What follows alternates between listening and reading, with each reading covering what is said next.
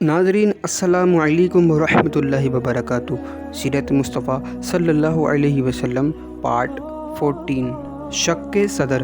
ایک دن آپ چراگاہ میں تھے کہ ایک دم حضرت حلیمہ کے ایک فرزند زمرہ دوڑتے اور ہانپتے کانپتے ہوئے اپنے گھر پر آئے اور اپنی ماں حضرت بی بی حلیمہ سے کہا کہ اماں جان، بڑا غضب ہو گیا، محمد صلی اللہ تعالیٰ علیہ وسلم کو 3 آدمیوں نے جو بہت ہی سفید لباس پہنے ہوئے تھے، انہوں نے چت لٹا کر ان کا شکم پھاڑ ڈالا ہے اور میں اسی حال میں ان کو چھوڑ کر بھاگا ہوا آیا ہوں۔ یہ سن کر حضرت حلیمہ اور ان کے شوہر دونوں بدحواس ہو کر گھبرائے ہوئے دوڑ کر جنگل میں پہنچے تو یہ دیکھا کہ آپ صلی اللہ علیہ وسلم بیٹھے ہوئے ہیں، مگر خوف و ہراس سے چہرہ زرد اور اداس ہے۔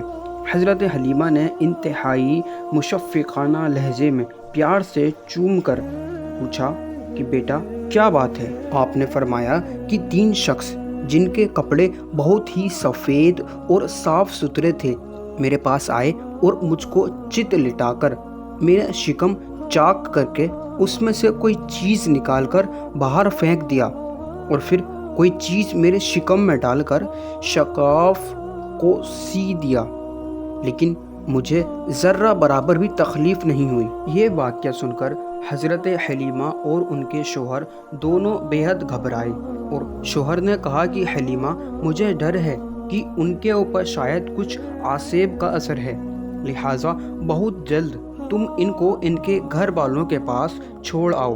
اس کے بعد حضرت حلیمہ آپ کو لے کر مکہ مکرمہ آئیں، کیونکہ انہیں اس واقعہ سے یہ خوف پیدا ہو گیا تھا کہ شاید اب ہم کما حق عہد ان کی حفاظت نہ کر سکیں گے۔ حضرت حلیمہ نے جب مکہ معظمہ پہنچ کر آپ کو آپ کی والدہ ماجدہ کے سپرد کیا تو انہوں نے دریافت کیا کہ حلیمہ، تم تو بڑی خواہش اور چاہ کے ساتھ میرے بچے کو اپنے گھر لے گئی تھیں، پھر اس قدر جلد واپس لے آنے کی وجہ کیا ہے؟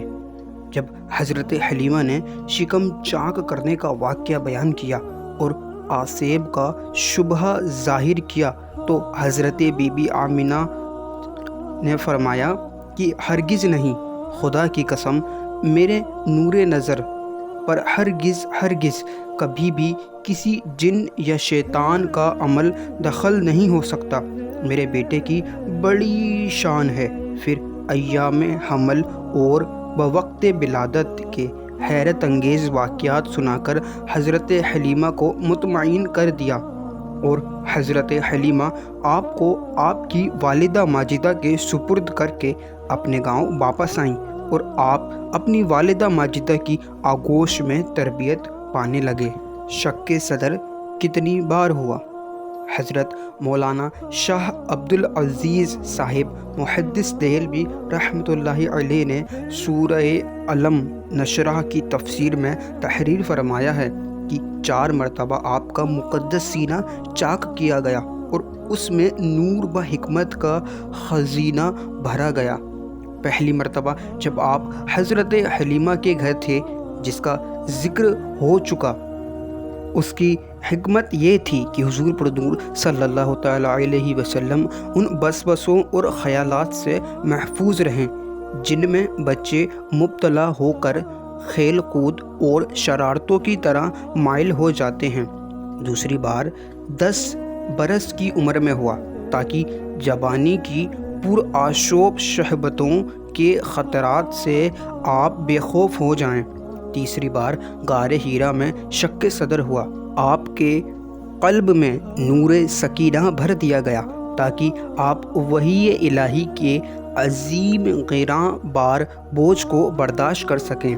چوتھی مرتبہ شب معراج میں آپ کا مبارک سینہ چاک کر کے نور و حکمت کے خزانوں سے معمور کیا گیا تاکہ آپ کے قلب مبارک میں اتنی وسعت اور صلاحیت پیدا ہو جائے کہ دیدار الہی کی تجلیوں اور کلام ربانی کی ہیبتوں اور عظمتوں کے متحمل ہو سکیں۔ ام ایمن جب حضور پر نور صلی اللہ تعالی علیہ وسلم حضرت حلیمہ کے گھر سے مکہ مکرمہ پہنچ گئے اور اپنی والدہ محترمہ کے پاس رہنے لگے تو حضرت ام ایمن جو آپ کے والد ماجد کی باندی تھیں، آپ کی خاطرداری اور خدمت گزاری میں دن رات جی جان سے مصروف رہنے لگیں۔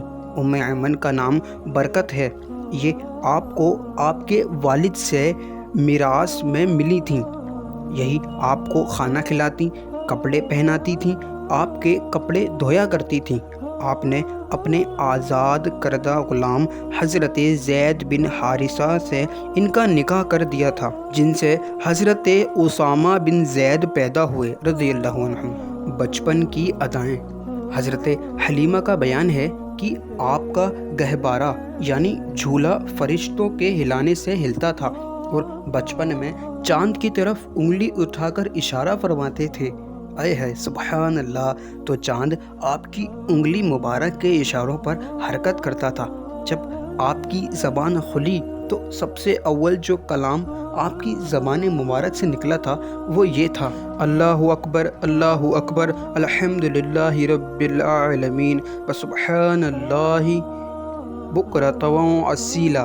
بچوں کی عادت کے مطابق کبھی بھی آپ نے کپڑوں میں بول براز نہیں فرمایا، بلکہ ہمیشہ ایک معین وقت پر رفع حاجت فرماتے۔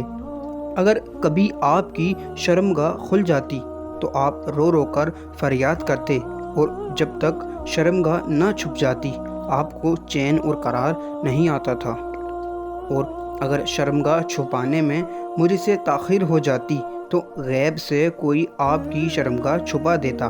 جب آپ اپنے پاؤں پر چلنے کے قابل ہوئے تو باہر نکل کر بچوں کو کھیلتے ہوئے دیکھتے، مگر خود کھیل کود میں شریک نہیں ہوتے تھے۔